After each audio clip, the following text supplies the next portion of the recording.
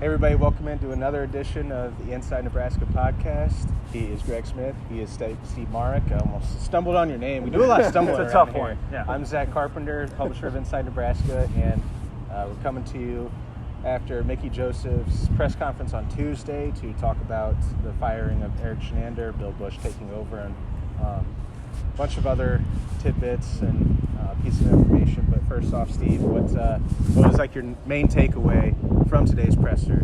Yeah, obviously, after the game against Oklahoma, another major change on the coaching staff with the firing of defensive coordinator Erik Chinander.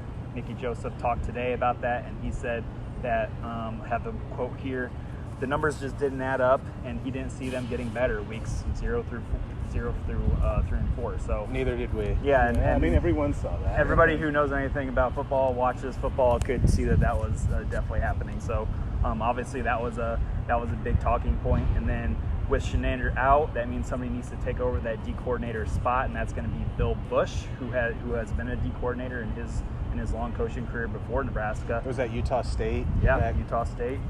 He had a couple good defenses there, and then also that means somebody needs to be in charge of the special teams, and that's going to go to quality control assistant Joey Connors, who was in his second season here at Nebraska. And so he's worked with Busch yes, for the last 2 years. Yes, absolutely. And Mickey also said that Barrett Ruud, Coach Applewhite, Sean Beckton, Travis Fisher have already been helping with the special teams this season, and they're just going to continue to do it to help Joey Connors out. So yeah, those are obviously the two top things. But then also, Zach, you can talk about it, the A.J. Allen news, the season-ending injury. Yeah, we heard from some sources on Saturday night after the game against Oklahoma that A.J. Allen potentially and probably broke his collarbone and that he would be out for the season. But today I asked Mickey about confirmation on just sort of his A.J. Allen's status, and he confirmed that he is going to be out for the rest of the season. He didn't get into injury specifics. And he did say he had surgery yesterday on Monday.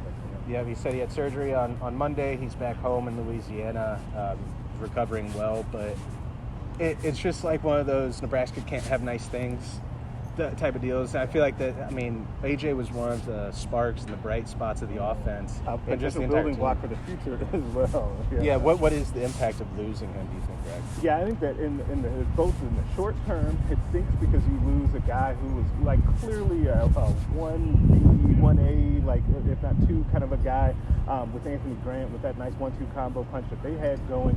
Also, the fact that he was so young, a true freshman that did not early enroll, that came in and played well right away. Like I thought it spoke volumes about how bright his future is. And now a shoulder, collarbone-ish injury for a running back, and that is something that if you're going to have something, I guess you would want it to do something like that. You don't think it looks like his running style all that much moving forward in the future. But he showed a lot of good stuff on tape this season already, and I think he's excited about it.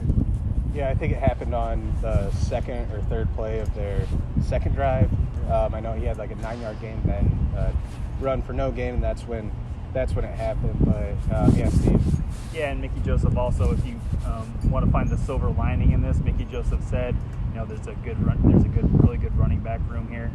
Hello, Gabe Urban Jr. This is the opportunity that he's been waiting for. He came into the game, and I know a lot of people are going to say, who cares? It was against Oklahoma's second-team defense, but he was running hard. He looked good.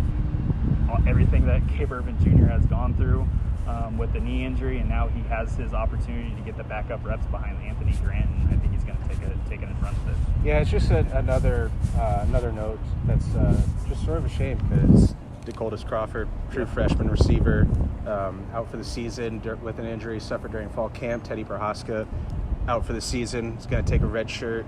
A.J. Allen now will take a red shirt. It's just Fedoni's still out. Yeah, exactly. Fedoni. So these young guys, these up-and-comers who are there's a lot of hype around them, and for understandable, justifiable reasons, and now they haven't been able to get that continuity and consistency to put those together.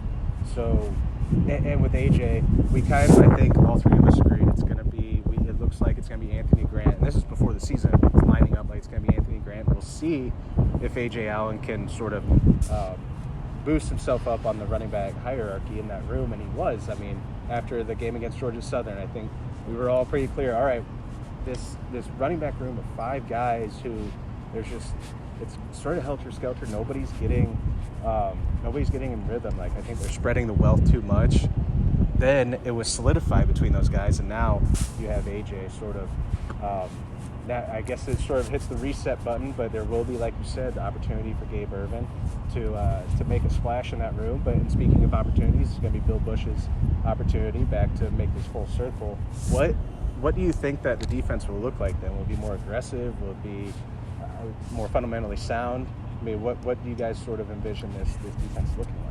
You would hope that it's going to be more fundamentally sound. I think that, from what Mickey Joseph talked about after the game on Saturday, about doing more individual work and less drill work, I think he reiterated that again today, about, paring things down and getting closer to the way that they practice down at LSU.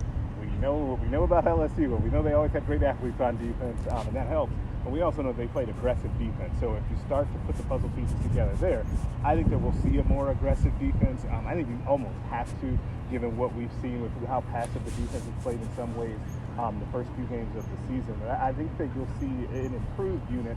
I just don't know how much more improved they could get because the personnel is not going to change at this point. And with such change happening on the defensive side of the ball, that leads me to remember what Joseph was talking about today when he said that the loss is on him, and everybody around the state kind of like anybody who watched that game was like, it's not on you, Mickey. But what he meant was he wanted, and he thought once it was 35-7, it was way too late to do this. He wanted to slow down on offense and create just a lesser amount of opportunities on offense for Oklahoma, just to play complementary football, help your defense out, and not go so fast on offense. So maybe that's something to look at once Indiana comes to town and Big Ten games start playing, and Nebraska's offense huddles up more, slows things down, maybe snaps the ball with under 10 seconds left instead of kind of going hyper speed. It makes sense, right? Like that stood out to me. Yeah, absolutely. Like, I think that's one of the things that may go overlooked in this press conference, because he said a lot, and there were a lot of, like you said, Zach, a lot of news and notes and tidbits to come out. But that was a big deal. Like, I don't think that, like, in the last 4 years, like, that has definitely not been the case, and that is just a kind of a style preference to go so fast on offense and not play that complementary football that you mentioned. But if you look on the flip side of the teams that Nebraska plays, that's what they excel at, right? Like, every team in the league seems like they excel at that. So I'll put a pin in that. I'm curious to see how that goes. It's what Iowa does. It's what Wisconsin does. Minnesota.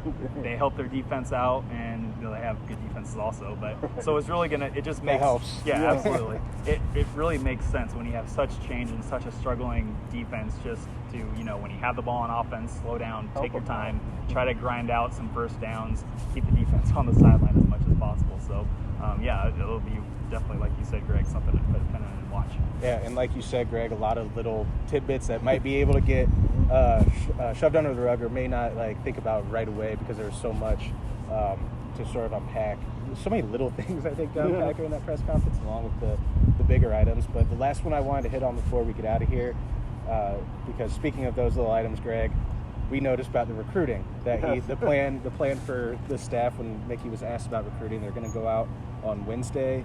So just sort of tell people about what the plan is and the impact of that. So I was very happy to hear personally as the recruiting guy that he talked about recruiting, was pretty open about the plan here, right? So Mickey said that they will go out, the staff will go out starting on Wednesday of this week during the bye week, Wednesday, Thursday, Friday, to see games and to see prospects. He will be in Monroe, Louisiana later on this week, and in New Orleans as well. I'll try and find out where exactly or who exactly he's going to see, but it will make sense. A.J. Allen is also from Monroe. There are other prospects down there. Remember Zaylens Hurd, who ended up committing the 4-star offensive lineman to LSU. He is also there, so there's definitely prospects to go and see down there. I wouldn't be surprised if he pops in to see Allen, who we know is at home kind of recovering from that surgery as well. But the big news there is that all the coaches that have prospects with games are going to be out on the road this weekend, and that sounds like a base fundamental thing. For those of you that have followed along about recruiting over the last few years, that has not always been the case, and I think that Mickey wanting the staff to recruit the way that he recruits, which is aggressively, is a big deal as well moving forward. And one last point, because I'm sure you maybe agree with me, maybe not, okay. But Oklahoma game, I think Mickey was asked, do you think this bye week is coming at the perfect time, just as far as the staff structure goes, the actual team? But kind of coming at the perfect time for recruiting too, because you got these guys who are sort of in limbo, like Dwight Boodle and a couple of those other guys, Cameron Lenhart, he decommitted yesterday. You got these guys who are sort of in limbo, and now they get to go out and at least talk to them in person, right? Yeah, absolutely. I think that essentially I would be on the lookout for everyone, every commit that was not here this past weekend will probably get a visit on this coming up. And it sounds like Nebraska's coaching staff will get out to see multiple people. Like, it won't just be Travis Fisher just going down to Miami to see Dwight Boodle. He'll pop to see someone else as well. And I'll be really curious to see how that goes, and make sure you're keeping locked on the site, because we'll definitely be following along with that. But I'll be keeping a close eye on all that. Yep, and we'll be keeping a close eye on this entire bye week. Steve had a story that went up today on Nebraska.rivals.com about sort of the biggest goals that Nebraska needs to fulfill during this weekend, next week. Recruiting coverage, and I'll have stuff on the ongoing national coaching search that's going to take another 2 months. Oh, yeah, that's going on. Exactly. Yeah. We got that in the background, even though it's at the foreground of most important, but still in the middle of an important shape-shifting, landscape-shifting season for Nebraska. But anyways, we're going to get out of here and continue to provide coverage on the YouTube page and at Inside Nebraska. So for Greg Smith and Steve Marik, I'm Zack Carpenter, and we will catch you guys later.